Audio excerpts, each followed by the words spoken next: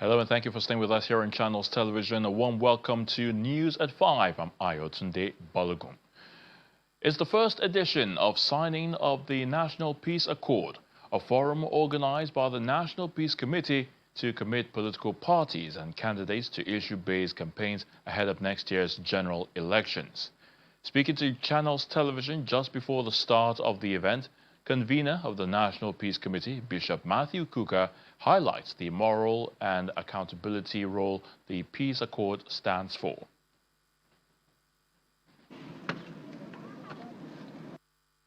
This is the first accord. The second accord, which comes at the end, is to say we are ready to accept the results of these elections if they are free, fair, and credible. And I think it's also important that Nigerians do not become oblivious, because we're not just spectators here, we're witnesses. And so you're not going to stop people from going to court, but we can actually also begin to gather enough momentum to say, look, this is what you promised. Okay, and because then the courts will also learn how to punish those who go with frivolous cases, seeking what they consider to be validation from the courts. The final analysis is the quality of individuals you are dealing with, their sense of what is right and what is wrong. Ordinarily, you measure the progress of democracy by how few the steps are to the judiciary. Because ordinary Nigerians cannot be voting, and then it's the judiciary that takes the final decision. But the courts are there, they are not compelling people to come. But I think that we can measure our progress by the disposition of Nigerians, their willingness to accept that, look, as Jonathan said, if it goes this way, I'm going to accept the results. Also in attendance is the former Minister of Aviation and Aerospace Development, Mr. Osita Chidoka, who reiterates the need for the accord to go beyond signing to upholding the commitments. He also reminds citizens on the need to turn out in large numbers for the 2027 general elections as seen during the Osun State poll. Looking at the turnout in Osun, let's use that as another example. Over 1 million people came out to vote out of 2.3 million registered voters. Before the election, the registered voters grew by about 19%. And if you look at over 2022, and if you look at the number of votes, people who came out to vote, it grew again about 20% over the last time. So meaning that there is more engagement. Now, at the scale of 1 million people voting, vote buying and rigging the election becomes expensive. The infrastructure for that becomes expensive. So you have no choice but to go back to issues. Once people see that there is going to be large voter turnout and that manipulating the election will not be easy, you will have significant shift to an issues-based campaign. Because principally two things will occur here. The incumbent will be defending his records in an election. The incumbent will defend his record. The opposition is offering change from where we are today. So you need to explain to the people why you need to go from where we are today to a better place. Easier said, but at least I believe that learning from the number of voters that came out, and if we have 40% voter turnout in 2027, that will significantly bring our votes to about almost 50-something million. Now, think about it. How do you buy 5,000 naira or even 2,000 naira for 50 million people? It becomes just impossible. So I think that signing this accord, together with a credible election, the prospects of a credible election, it will move people to issues in this election. Meanwhile, the 2027 presidential candidate of the Nigeria Democratic Congress, Mr. Peter Obi, also spoke to Channels Television on the sidelines of the event. He says the behavior of candidates must reflect the office they are running for. Well, whatever it is, whether we call it just accord or we call it peace accord, behavior is person any day, anytime, must reflect that office. No, we don't even need to sign this. We're seeking an office where we should be exemplary. You can't answer His Excellency without being an excellent person. So that process that will make you to answer His Excellency should be excellent. And the only way to do it is to conduct yourself properly. I don't have any fear except to say that, please, for the sake of the children of Nigeria, can we have an election where people's votes will count? Let us not forget those who died in ensuring that the election in Osun was achieved the way it went. Now we should visit them, we should condole their families, and we should remain prayerful and conduct ourselves in a way that in our democracy, nobody needs to die for an election. It shouldn't be. In the aftermath of the Osun governorship election, the candidate of the All Progressives Congress, the APC, Mr. Bola Oyebamiji, has broken his silence, throwing his weight behind his party's decision to review the outcome of the just concluded poll. Mr. Oyebamiji lost to the incumbent Governor Ademola Adeleke of the Accord Party in Saturday's election, coming second with 444,815 votes, while the flag bearer of the African Democratic Congress, ADC, Najim Salam, finished a distant third with 17,180 votes. Now, days after the declaration of the result, the APC candidate says while he respects his party's decision to review the outcome of the election, he appreciates the hundreds of thousands of people of Osun State who believed in and supported the alternative vision he articulated. The APC candidate asked his supporters to remain calm and peaceful as they go about their daily activities in the post-election period. He, however, raised concerns over what he described as the trend of hostility against APC members and his supporters. In thanking members of the APC, Osun residents and his supporters for their steadfastness, commitment, sacrifice and tireless efforts, Mr. Oyebamiji explained that though the election is over, the values and causes, according to him, we championed are alive. Let's head to the nation's capital now, where the FCT Minister Nyesom Wike has ordered the demolition of houses and other structures built on designated waterways across Abuja. And Mr. Wike gave the directive shortly after inspecting areas affected by flooding in and around the Maitama district of the Federal Capital Territory. The minister says the demolition exercise will begin immediately and must be completed between today and Saturday.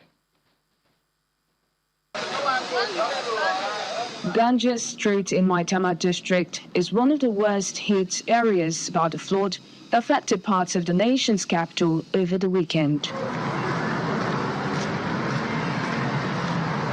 According to eyewitnesses, the blocked waterway led to the heavy flood as workers collect the sand deposited by the flood.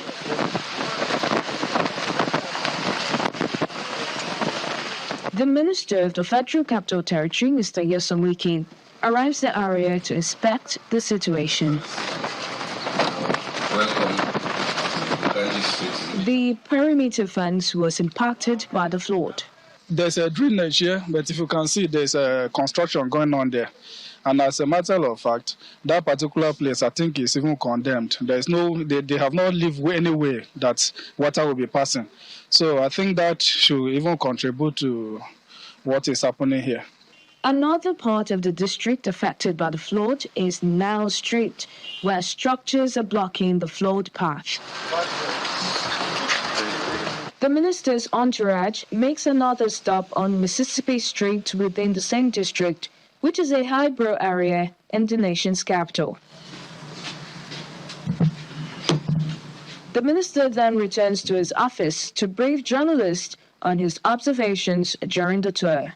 Unfortunately, we have gone there and we have seen how people have blocked channels where in the master plan, that is the right way where water is supposed to be channeled.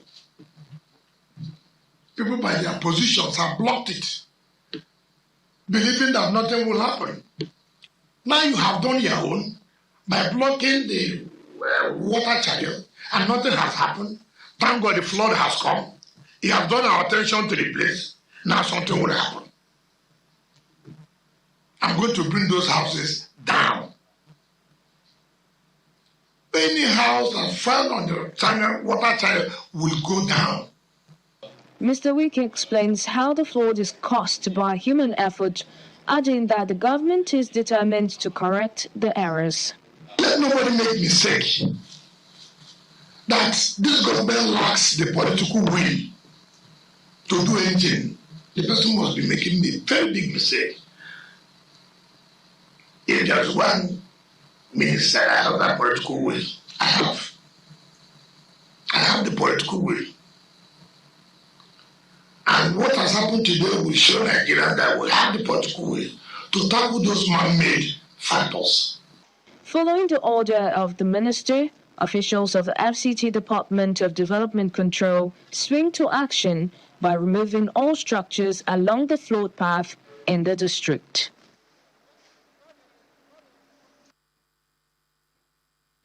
Let's head to Plateau State, where the police command there says over 20 people sadly have been killed in an attack on Ampa village in Mangu local government area.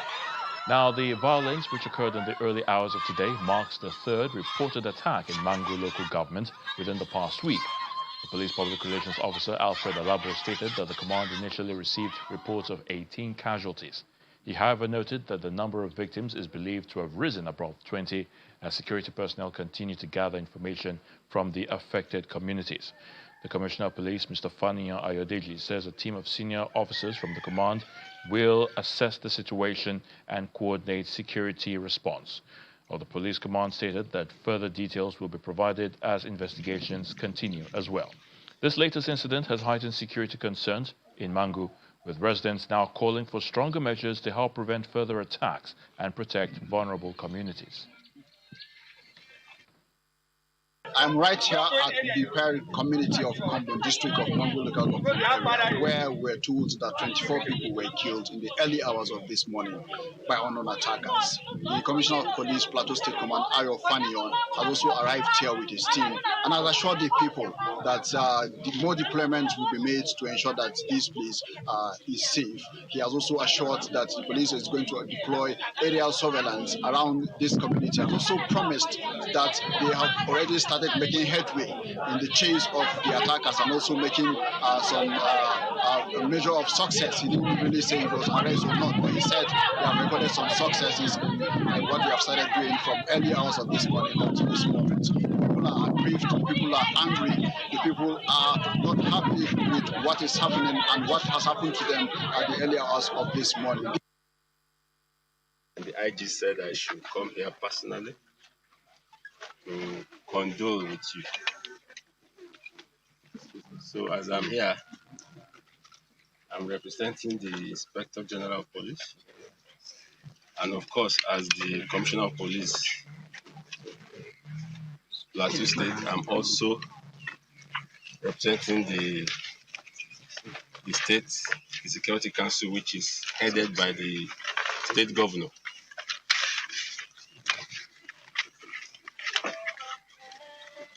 So I bring their condolences with a heavy heart.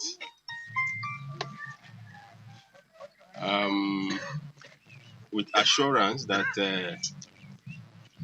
those who did this will not have an opportunity again to do another. We are going to go after them seriously with all our logistics.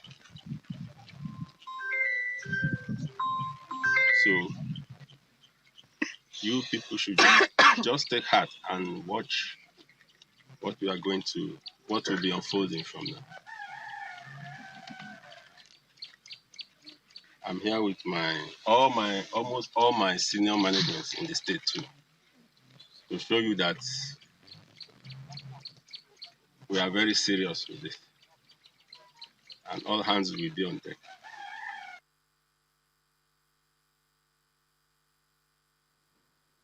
When we come back after the break, and on business news, the Debt Management Office DMO allots 1.56 trillion naira as demand hits 1.73 trillion as far as the federal government bonds are concerned. Join us again.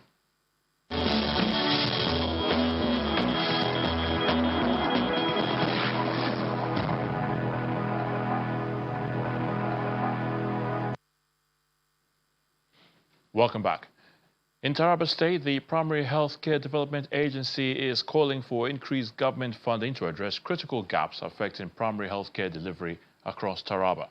Now, the agency identified inadequate counterpart funding poor budget releases, lack of office accommodation, and even power outage as some of the major challenges hindering effective implementation of primary healthcare programs and policies in Taraba State. This interactive engagement between the Taraba State Primary Healthcare Development Agency, partners and the media is to strengthen healthcare delivery, collaboration, identify existing gaps, address misgivings, achievements and challenges therein. According to the state government, resources have been deployed for upgrade of 113 out of 168 primary healthcare centers across the state, reduced maternal newborn mortality rate, and it's taking steps to tackle the Japa syndrome with the employment of 150 community health workers and other clinical health staff, as well as 336 emergency medical staff.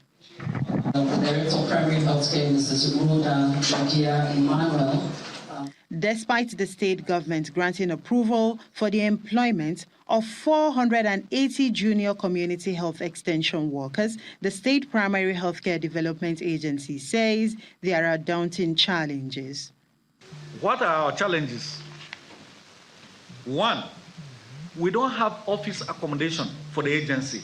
In fact, Taraba State is among the few, if not only the only state in the country that has no office space accommodation for herself.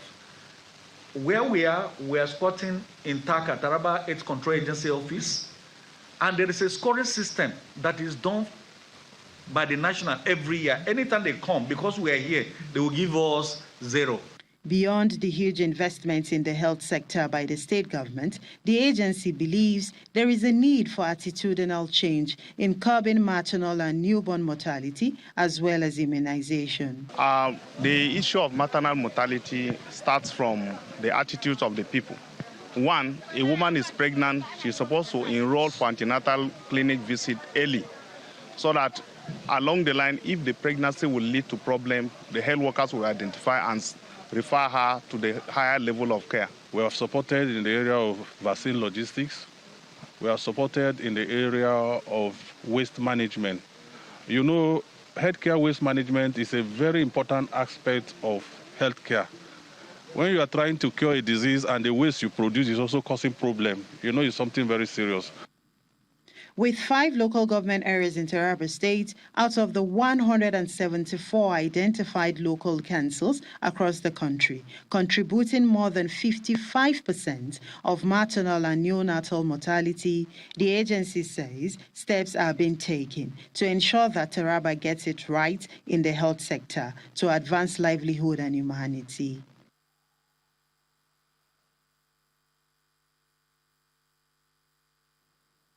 In Kebbi, Governor Nasir Idris has distributed 7 new 30-seater buses to tertiary institutions across the state to ease students' transportation challenges.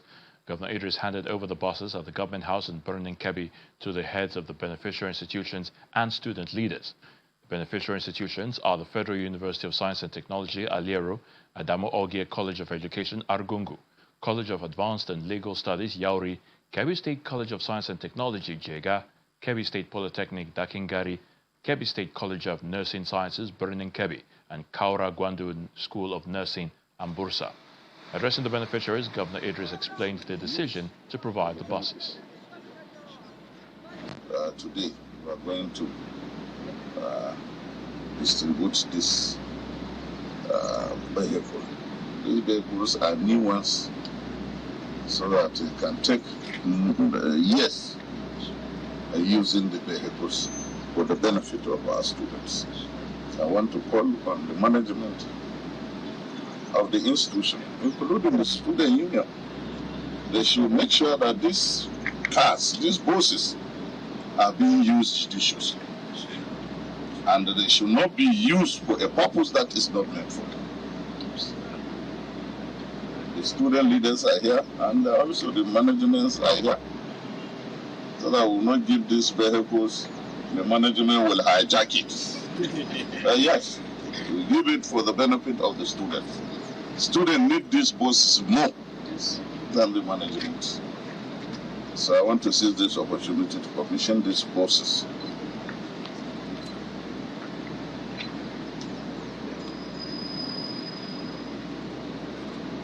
want to use this medium to commission these buses for the benefit of our students. Bismillah. Inshallah.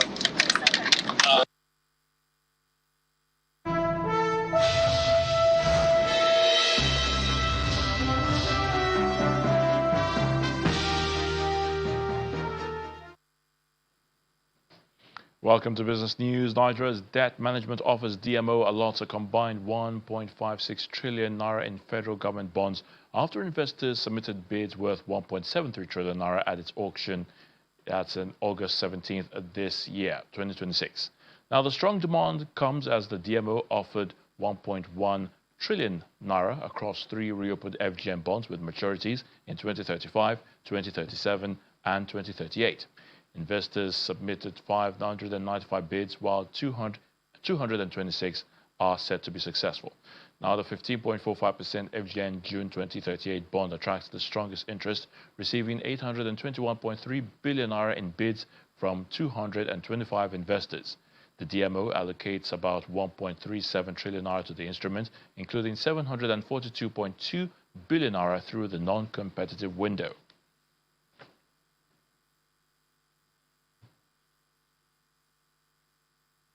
Dangote Petroleum Refinery and Petrochemicals has secured a $400 million underwriting commitment from investors ahead of its planned initial public offering IPO, as the company moves closer to what could become one of Africa's largest stock market listings. The latest funding commitment comes after the refinery raised $2.5 billion through a private placement in July, strengthening its balance sheet ahead of the planned IPO and its next phase of expansion.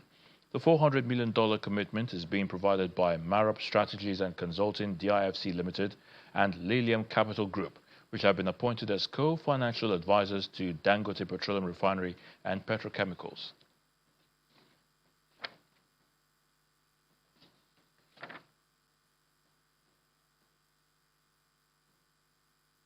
Nigeria's new tax rules for virtual assets could put pressure on the country's growing cryptocurrency market, as PwC warns that higher compliance costs and uncertainties around implementation may discourage some legitimate market activity. Now, PwC Nigeria highlights several practical and legal concerns in the Nigeria Revenue Services Guidelines on the Taxation of Virtual Assets, issued on July the 31st this year. While the firm notes that the guidelines provide greater clarity on how digital assets are taxed, it says some key issues around enforcement and compliance remain unclear. The concerns come as Nigeria records about $92.1 billion in cryptocurrency transactions between July 2024 and June 2025, placing the country among Africa's largest virtual asset markets.